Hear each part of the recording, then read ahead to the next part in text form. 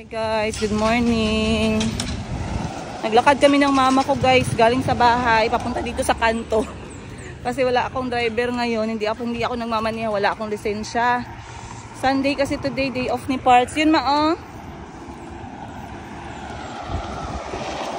So magta-tricycle ako papunta sa may laundry shop sa Labalabi. Sama ko si mama, yan. Hi ka mama.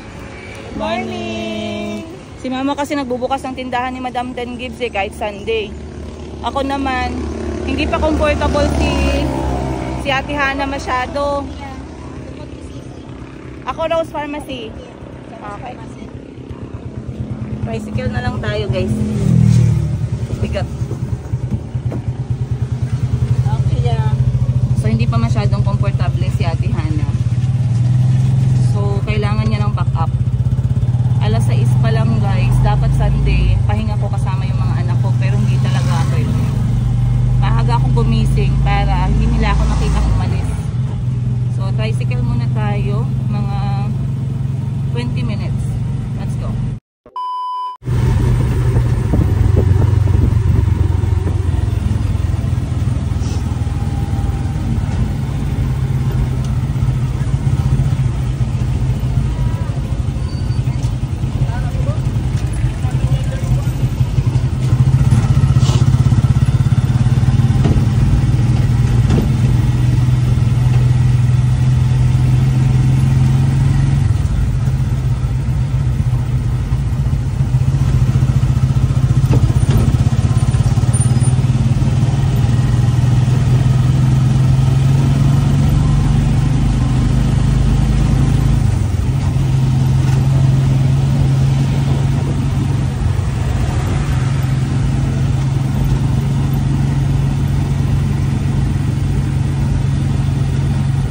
Tricycle lang ko, kuya.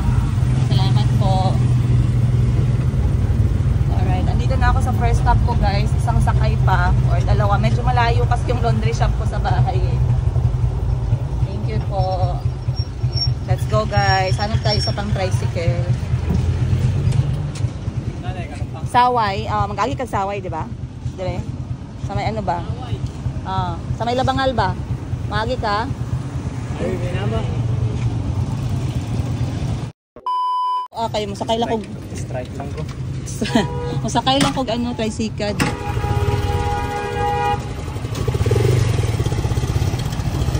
Okay. Okay, so nakasakay tayo agad ng tricycle.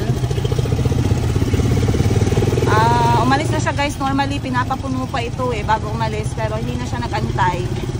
Tamang-tama, mapapaaga tayo on time.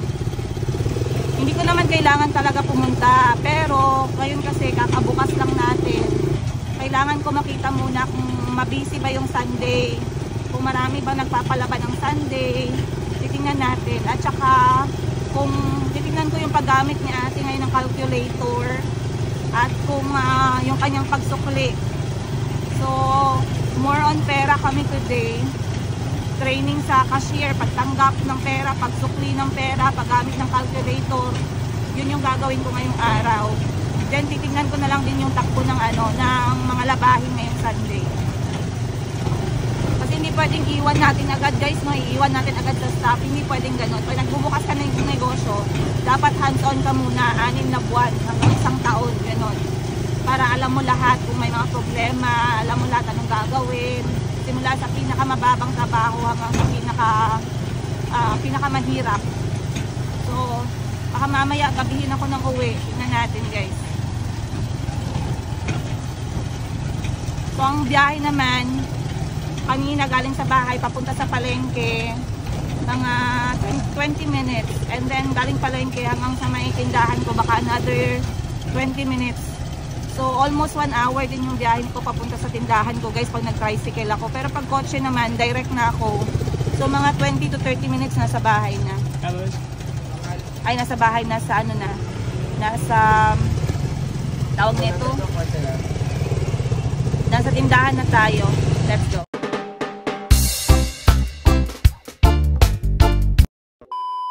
Okay, andito na tayo guys. Next na sasakyan natin, tricycle.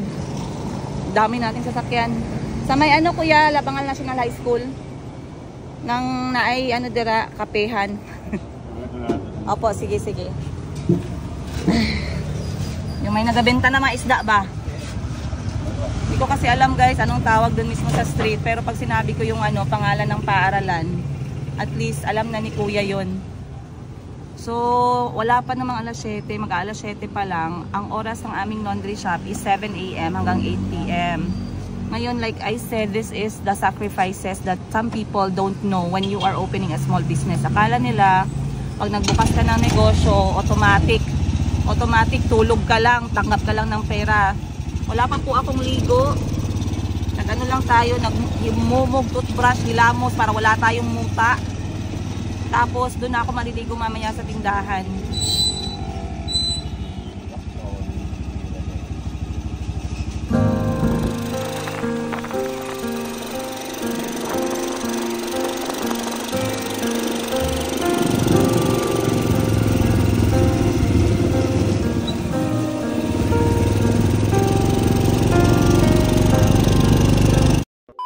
Guys, believe it or not, 7 o'clock sharp, andito na po ako sa shop.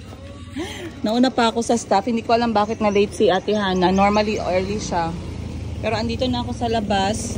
Tatanggalin ko pala to kasi opening promo, tapos na yan. Pero eto, pwede ko na siyang iiwan dyan. So, tulog pa yung mga tao guys. Maya maya sana may mga customer na tayong magpalaban, no? So, antay lang ako dito muna. Pakain muna ako ng binili kong tinapay, pandesal. Ito, 5 piso, 2 piraso po. So, bumili na ako ng 30 pesos para sa amin ni Ate Hana. Hindi ko alam, ba't natagalan siya eh. Upo lang ako dito, guys. Kasi, eto pala isdaan. Eto mga tindahan. Then, dun sa may harapan doon, yun yung paaralan na high school.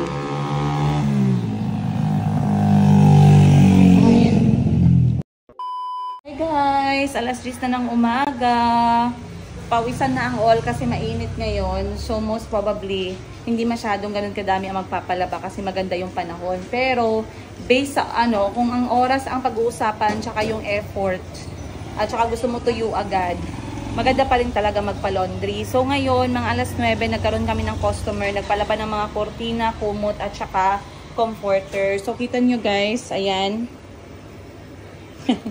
So inagahan ko talaga umalis kanina sa bahay kasi ayoko magising yung mga bata at magtanong bakit ako aalis is Sunday. Alam na alam nila yung schedule ko.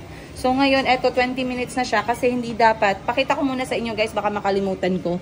So dapat yung machine, binabantayan talaga siya kasi pagka 15 to 20 minutes na lang yung natitira, kailangan na siyang lagyan ng downy. Lalo na kapag ka-comforter kasi masyado siyang mabula. Ngayon, pag sobrang bula siya, kailangan merong downy para makatulong sa pagtanggal ng bula during the rinsing process. Ayan. So, eto, banlaw na yan siya. As you can see, rinse. Dapat may downy na para mabangga niya yung bubbles ng sabon. So, ilalagay ko muna siya, guys. And then, sasara ko. So, dahil Sunday ngayon, talagang late yung gising ng mga tao. Ayan, si Ate Hana, naglalagay na siya ng downy sa loob ng isang machine. Ang pansin ko kapag ka-comforter kasi guys, dati akala ko yung roll ng downy is pampabango lang.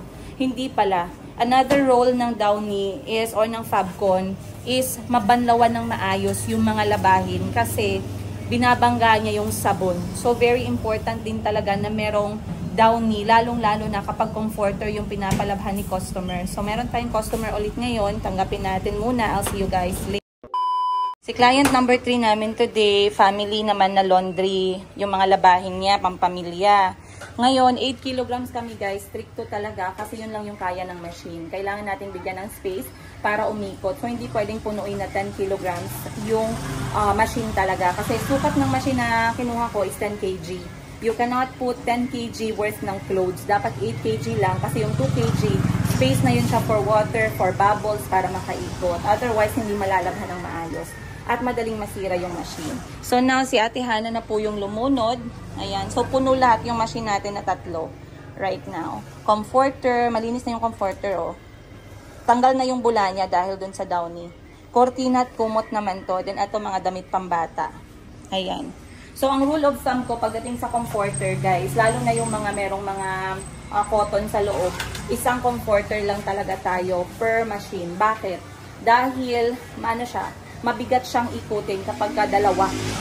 So, ang tendency nun, hindi malalabhan ng maayos, mabaho at madumi pa din yung magiging labahin paglabas niya sa washer. So, gutom na ako, guys. Kakain muna tayo kasi I have to take my medicine. Pero so far, so good. Busy yung half day namin ni Ate Hana. Alhamdulillah. Yeah. See you guys in a bit. Si client number 3 namin today, family naman na laundry. Yung mga labahin niya, pampamilya. Ngayon, 8 kilograms kami, guys. Stricto talaga kasi yun lang yung kaya ng machine. Kailangan natin bigyan ng space para umikot. So, hindi pwedeng punuin na 10 kilograms yung machine talaga. Kasi sukat ng machine na kinuha ko is 10 kg. You cannot put 10 kg worth ng clothes. Dapat 8 kg lang kasi yung 2 kg, space na yun siya for water, for bubbles, para makaikot. Otherwise, hindi malalabhan ng maayos.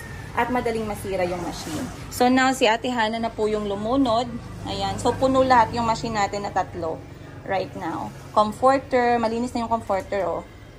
Tanggal na yung bula niya dahil dun sa downy. Cortina at kumot naman to. Then, ito mga damit pambata. Ayan. So, ang rule of thumb ko pagdating sa comforter, guys, lalo na yung mga merong mga cotton sa loob, isang comforter lang talaga tayo per machine. Bakit? Dahil, mabigat siyang ikutin kapag dalawa. So, ang tendency nun, hindi malalabhan ng maayos, mabaho at madumi pa din yung magiging labahin paglabas niya sa washer. So, gutom na ako, guys. Kakain muna tayo kasi I have to take my medicine. Pero so far, so good. Busy yung half day namin ni Ate Hana. Alhamdulillah. Yeah. See you guys. Good morning, guys. Sakit na ng liig ko. Ang aga pa. Sa kaka-edit. Anyway, good morning. 9:30 ng umaga. Hindi ko alam saan ang uunahin ko, guys. Kasi ang dami kong, in demand tayo ngayon. Sana in demand. In demand tayo sa negosyo. Sana all. I have a lot of engagement today para sa Mayumi Thailand Closet. Then, kailangan ko pumunta sa Sheena Bangkok Wardrobe. And then, lastly, I have to be at Labalabi. So, other than that, kailangan ko din mag-grocery. So, sabi ko kay Auntie Christine pala today, guys, na siya yung mag-grocery. Sama sila ni Mayumi. Sasamahan ko siya para malaman niya kung anong aisle at anong brand yung normally binibili ko sa bahay. Para next time, kapag siya na lang yung nag-grocery, hindi na kailangan na tumagal. Kasi pag alam mo na anong need mo, nasa listahan mo na, alam mo kung anong aisle, mabilis natatapos at hindi ka napapagastos. So ngayon, first time ni Auntie Christine na mag-grocery. Normally, namamalengke si Auntie sa fish market tsaka sa vegetable market namin dito sa Jensan.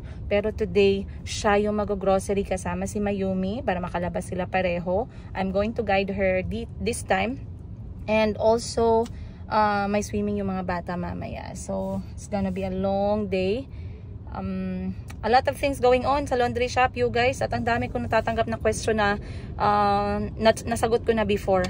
So, I don't know how I'm going to solve that problem. Kasi, gusto kong sagutin yung questions, pero hindi kasi tayo makamove on pag ulit-ulit nating sasagutin. So, ngayon, yung mga tanong na magkano, ganito, ganyan, baka mga new viewers natin yon. So, if you are one of these people na gustong matutunan itong laundry shop na negosyo from the scratch, from a beginner, from a small laundry shop owner, dito na lang kayo na page, guys, mag-follow. Or, dito naman sa another one, which is yung page mismo na aming laundry shop. Kasi dyan kami nagpo-post lagi ng updates. So once again, if you are someone who is willing to do this kind of business, kahit 3 sets lang, or start up, maliit lang na number ng machine, you can learn a lot, guys. Kasi i-share ko sa inyo yung ups and downs namin, ano yung mga experiences namin, and then, yeah, at least, you don't have to do the same mistake na ginawa ko. Kasi nga, I already gave you that kind of experience at paano siya masusolusyonan. So, ngayon, ang gagawin ko, ako muna yung magbabayad ng bahay namin ng mga anak ko. Dahil hindi natin pwedeng ipikit yung mata natin dyan, guys. Kailangan natin bayaran yung bahay. Otherwise, we don't want problems. Kasi yung bahay is priority para sa mga bata. So, magbabayad muna ako and then I'll see you guys more on today's episode. Okay. 2 things done this morning. So first up, pumunta tayo ng bangko guys, and then next nag-asikaso tayo ng mortgage. Etong mortgage pala, speaking of the word mortgage, naririnig ko lang to sa movie, hindi ko siya naiintindihan. Pero wait lang, tama ba ako na ang meaning ng mortgage is yung parang property na binabayaran mo dahan-dahan hanggang sa maging ma-fully paid siya? Double check natin online, baka mamaya mag-share ako sa inyo tas mali pala, no? Mortgage meaning: a legal agreement by which a bank or other creditor lends money at interest in exchange for taking title of the debtor's property. Parang mali. Walang Tagalog meaning. Ayun, meron. What is mortgage in simple terms? Ayun ang hinahanap natin. Simple na to: a loan financing the purchase or maintenance of a property, land, or other types of rental properties. Okay. Is yun nga sinasabi ko. Parang yung magbabayad ka sa bangko kapag kumuha ka ng bahay or something. So sa case ko, it's bahay namin ng mga anak ko under sa bangko. So babayaran siya hanggang sa ma-fully paid. So inasikaso ko yun guys. At ang sarap sa feeling na alam nyo, kwentuhan ko kayo kasi ilang beses na ako gustong mag-give up talaga. I'm tired. Pagod na ako guys. I'm really tired. And sometimes you can't really see that kasi I don't show everything to you na talagang to the point na wala kayong ma-miss ng mga emotions ko and all that. Of course, minsan may mga nangyayari na hindi naman ako nakahawak ng camera, but there's a lot of instances and a lot of times that I feel like ayoko na. I feel like parang gusto ko na lang tumakbo sa gubat, doon na lang kami manirahan kasi nakakapagod. I'm tired guys. Yun lang ang masasabi ko. And ano ba, basta ang dami ko ikukwento sa inyo. Ikukwento ko mamaya. It's not an easy thing. It's not an easy thing. Yun nga ang sinasabi nila na if you really want something, it will really show how much you want it based on the things that you're doing for it. So, may mga bagay na gusto kong i-give up pero I want it eh. I really want it. Not only for me but for my kids. But ang sarap sa feeling na I was seated there in front of those people na nangongolekta ng bayad. And I'm paying them. Of course, money is just like hangin, dumaan lang sa kamay mo, sa palad mo, and then you have to let it go. Pero the fact na alam mo kung saan napupunta yung pinaghirapan mo, it's amazing. So, I'll talk to you guys later. Asikasuhin ko muna yung mga bata. See you on today's. Let me ask you questions and then you will answer, okay? First question. What's your name? Chico? Yan, no? Perenyo? How old are you? 6! You're 3 years old. No, I'm already in bed. What's the name of your school?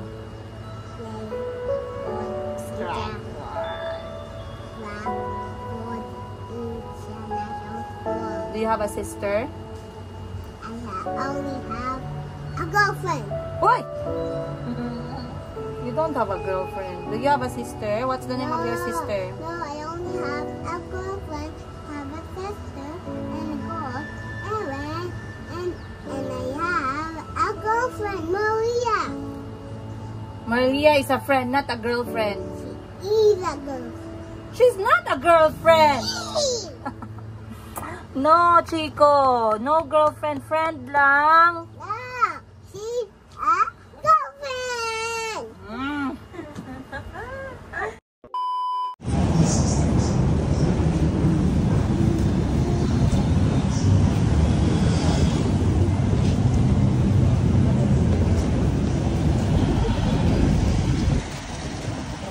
Morning. Good morning.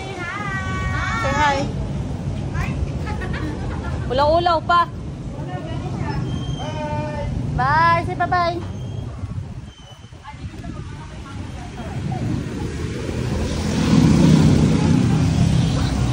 Punta na kami ni Chico sa school niya, guys. Mag-tricycle lang kami.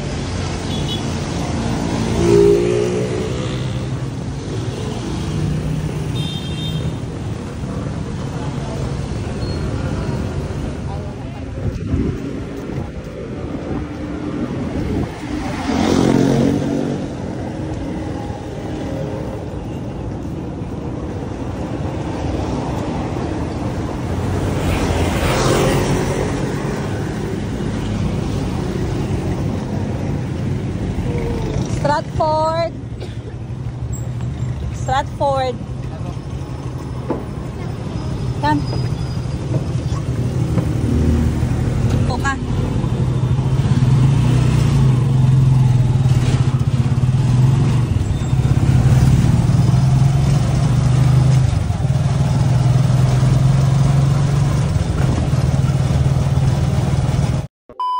Guys, grocery muna kami ni Auntie. Kasama ko si Auntie, ayan.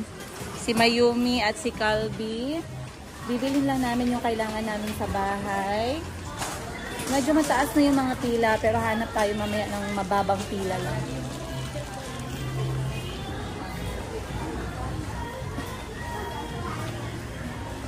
So, mga baon ng mga bata ang importante. Auntie, Prestige.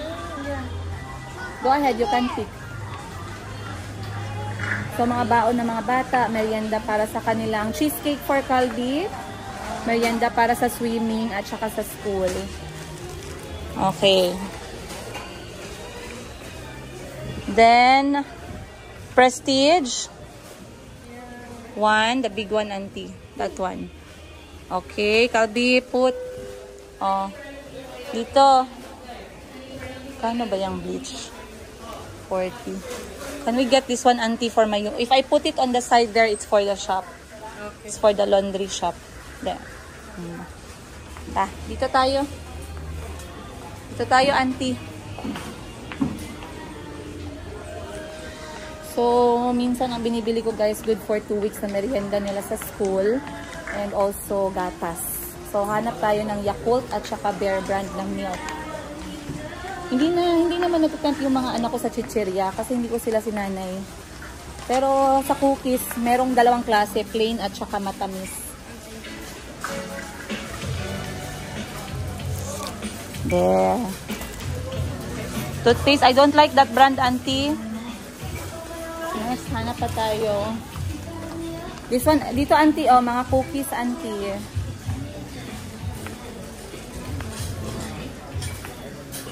Eggnog. You guys like eggnog, right? Okay. What else?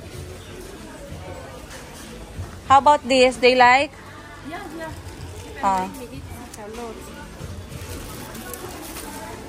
Dito tayo, Auntie. So, natutuwa ako sa mga anak ko, guys. Kasi hindi lang sila, masyado silang focus. Kapag nag-grocery, hindi sila yung turo-turo, kunin, kuha-kuha. Alam nila kung ano yung kailangan lang.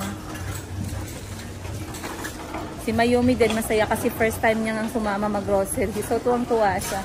So, next time sila na lang ni Auntie yung lalabas. Dito tayo, Auntie. So, nandito na kami sa cookies area.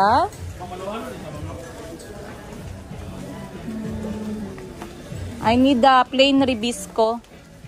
A plain magic. Plain. Not that one, love. This time we are going to get the plain. Plain. Without the one that is not sweet.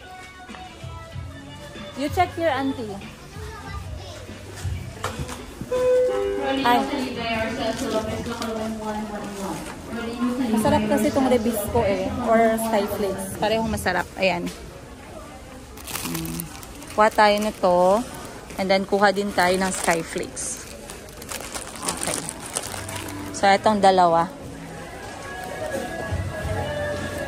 Ba! Tissue, Auntie.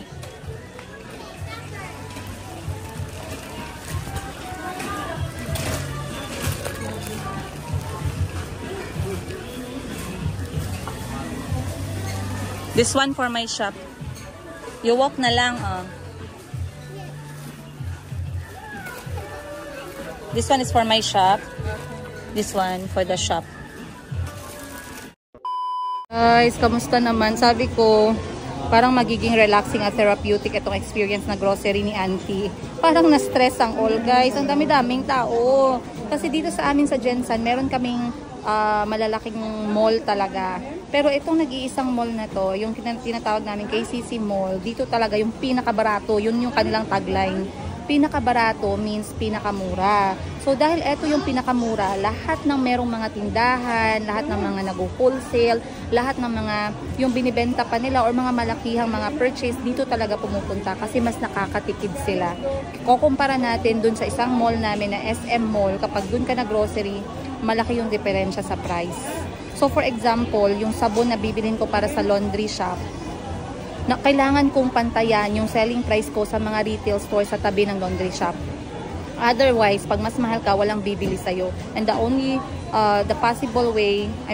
way you can do that is kapag binili mo siya dito sa mall na to. Eh ngayon, ang dami-daming tao, ang dami-daming pila.